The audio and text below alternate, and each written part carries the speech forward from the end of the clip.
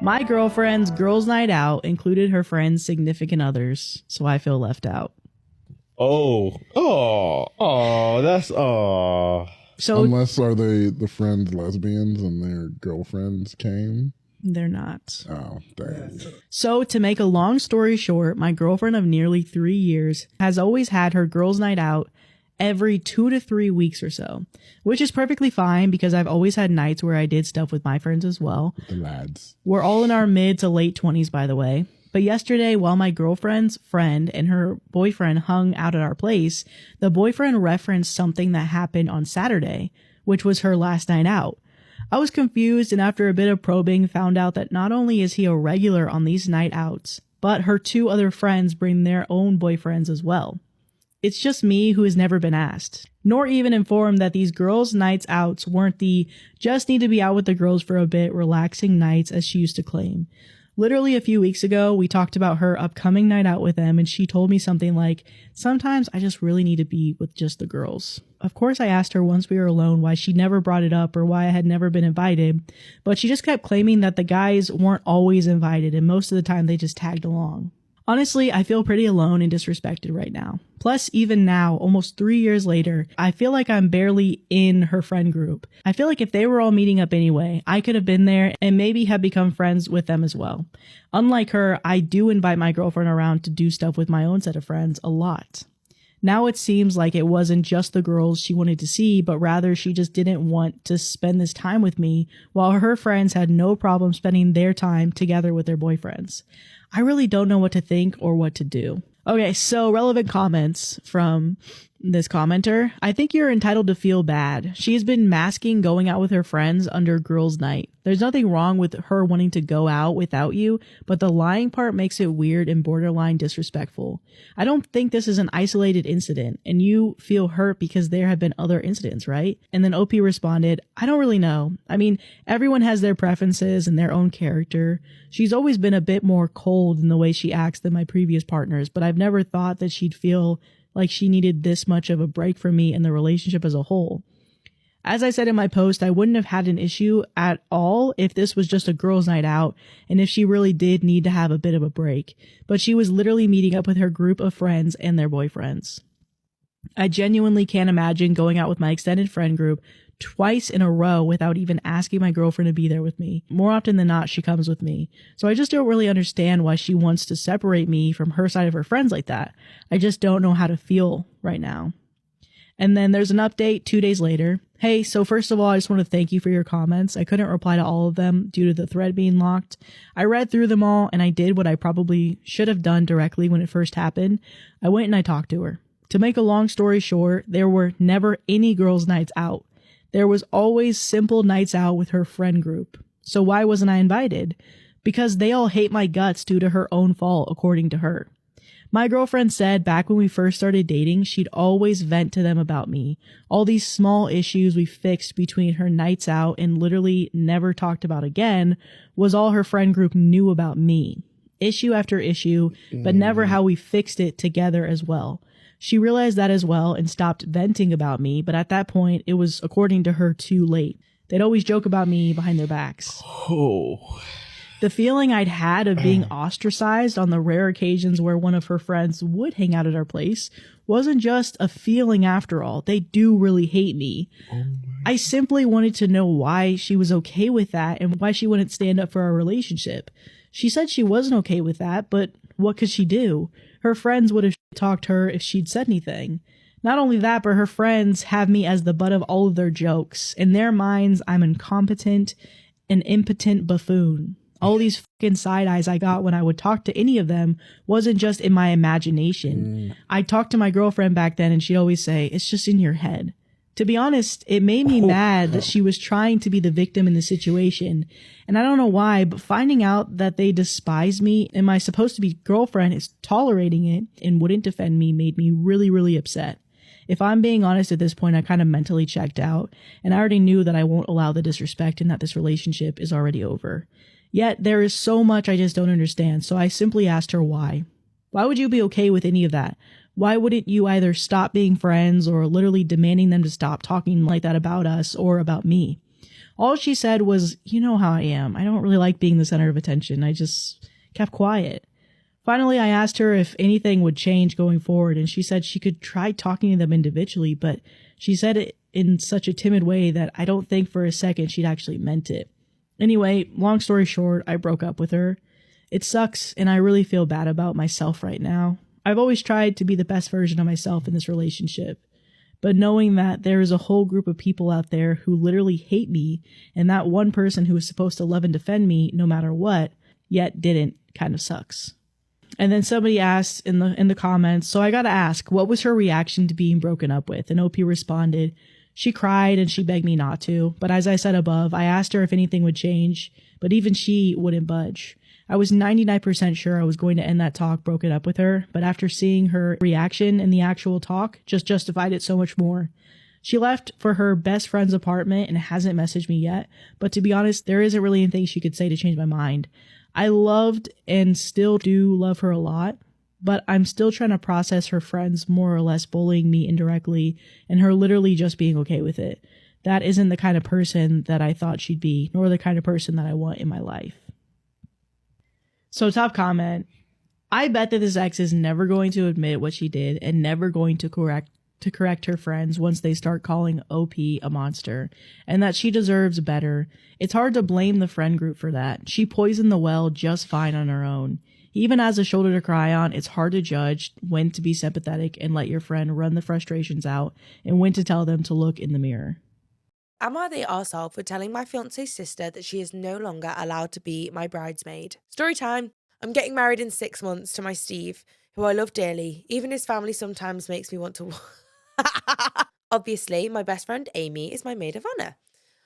But I also added Steve's sister, who we'll call Stacey, as a bridesmaid because family has to be done. This was a big mistake. Stacey has always been super extra.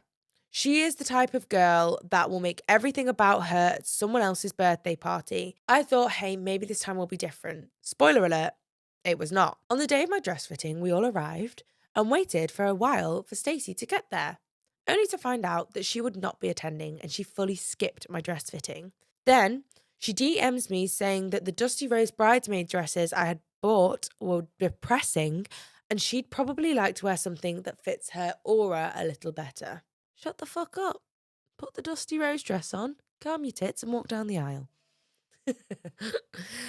I held it all together though, as I didn't want to make Steve feel awkward. I breathed through my teeth because I didn't want to start any drama. This was until her birthday dinner.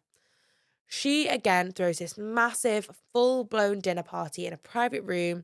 She had her own cocktails made and there was minimum 30 people in this room. I go because I'm trying to be the bigger person despite her causing me so much stress when wedding planning. I bought her a little gift, which was a skincare fridge that she had been hinting at wanting for months. It gets to the point where Jesus Christ. Gets to the point in the night and she starts to invite people up to create speeches about her.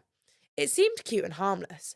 Then Stacey stands up and raises a glass, and says, and I quote, I just want to thank everyone. Wait, no, let me do the voice. I just want to thank everyone here who has shown up for me. Unlike some people who think their wedding makes them center of attention. Y'all, okay, we're in the US of A. Girls, I blacked out. I don't even remember standing up. All I know is I looked at her dead in the eye and said, perfect. Since we're being honest tonight, you're officially out of my bridal party. Now you've got 6 extra months to work on being the main character for your own event. Dead silence. You could hear the sangria settling. Her jaw was on the floor. Steve physically dragged me out of the restaurant, muttering that the timing wasn't the best and that I shouldn't have created a public scene. Her boyfriend texted me later that night to call me toxic. I'm sorry, am I really the arsehole for setting a boundary here? Or was this the long overdue reality check she really needed? Am I the asshole for not letting my daughter's half-sister come over to my house again? I, 29 female, have a daughter, 9 female, with my ex-husband, 31 male. When our daughter was 18 months, I found out that he had cheated on me and fathered another child, and I ended the marriage. He remarried the mother of his second child, and his other daughter is 8. To make my post easier to follow, I will call my daughter Ella and her half-sister Callie. My ex and I share custody of Ella. We communicate via an app and have plenty of co-parenting issues, but I always try and put my daughter first. I kept my distance from Callie and her mom for years, but was getting tons of pressure from my ex's parents to invite Callie to birthday parties because my ex and his wife don't really throw any parties for the girls, which I knew. I didn't invite Callie and Ella never asked me to. But my ex's parents called me a bad mother for not putting Ella first and securing her relationship with Callie. It got to me, and when a couple of "we need a babysitter right now" emergencies came up, I agreed to have Callie over when I was taking Ella on my ex's time. I regretted it. She was here for longer than agreed on, and not only would my ex's parents not take her, but I couldn't reach him at all. When she was eventually picked up by my ex, we exchanged heated words both times. He was pissed at me for calling him multiple times, and I was pissed he didn't send me a heads up about it. The second time, I swore I would never do it again, and I told my ex's parents to fuck off when they started bringing up the topic of inviting Callie to Ella's birthday parties. I ignored them for the most part, but a downside of small town living is you see people more than you like. A few months ago, I became aware of my ex and his wife ignoring Callie and neglecting her. Most days, nobody would pick her up from school until it was late. I had seen her waiting at 5:30 some days, so I know there's some truth to that. My ex's parents mentioned it a few times, and in response, I told them that they should step up and stop telling me. My ex had started texting more and asking me to pick up Callie and babysit until someone can leave and get her, and he admitted that I'm leaving her on the street on her own. I've called CPS a couple of times, especially when my ex has admitted to leaving her out there and also not providing enough food. Nothing was done. Callie is still there, and no visit has been made that I'm aware of. Ella does not get the same experience. Not only does she use the bus, but my ex works from home on his parenting weeks. She's never gone without food, and she's not being neglected over there. Although she hates being at her dad's house and wants to live with me. She doesn't have the greatest relationship with her dad. I have documented everything, so I can try to get custody eventually, but when CPS has done nothing, the chance of change in custody is so low, especially when Ella is not being neglected. This brings me back to Callie. I have been asked repeatedly to step up and help her by my ex and his parents now, and I know she's not being taken care of like she should, but I swore never again, and I have stood by that. Ella doesn't want her here. The girls aren't close, and Ella prefers it just the two of us. I don't want Callie here either. I know she's not the cheater, but I do see her as a product of my ex's affair still, and I hated having her here. I pushed it down when she was here, but knowing Ella feels the same, it doesn't inspire me to have her over more. I do not want to provide for the child of my ex's affair, but I know she's an innocent kid, and I'm getting shit from crappy people for it, and I guess it's making me second guess this, especially when I'm aware of what's going on. Top comment, not the asshole. You've done the correct thing with notifying CPS.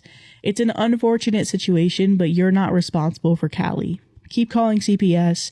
Remind your ex Callie is not your responsibility, and he, her mother, and ex-in-laws need to step up. Where is the mother in all of this, and her family? And then OP responded, I don't know her family, but she's around. We never communicate though. My partner, 28 male, whispered, I hate you, when he thought I, 37 male, was asleep. Do you think he means it? Oh my God.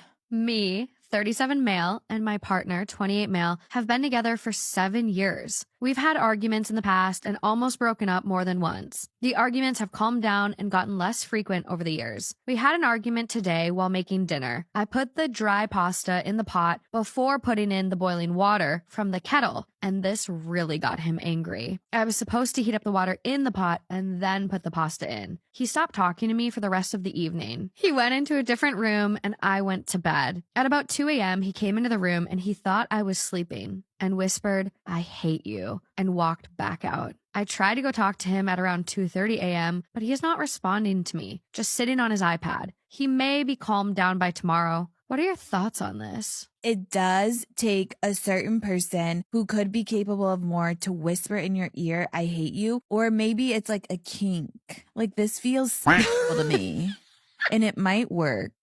See, I'm sitting here and I'm like, if my partner walked into the room when they think I'm asleep and they whisper, I hate you, I would be concerned. I'd be like, am I going to get stabbed over pasta? Like, do I have to sleep with one eye open? Clearly, if someone says they hate you, why? They do.